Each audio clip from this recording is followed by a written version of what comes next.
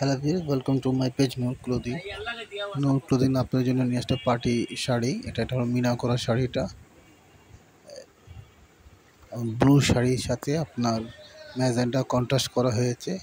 পার আঁচল blouse piece হলো আপনার যে ম্যাজেন্টা কালার, এবং বডিটা হলো আপনার ব্লু কালার। ব্লুর সাথে আপনার গ্রিন মিনা এবং ম্যাজেন্টা মিনা করা হয়েছে, এবং অ্যান্টিক জড়ি দিয়ে পুরো শাড়িটা কাজ করা হয়েছে।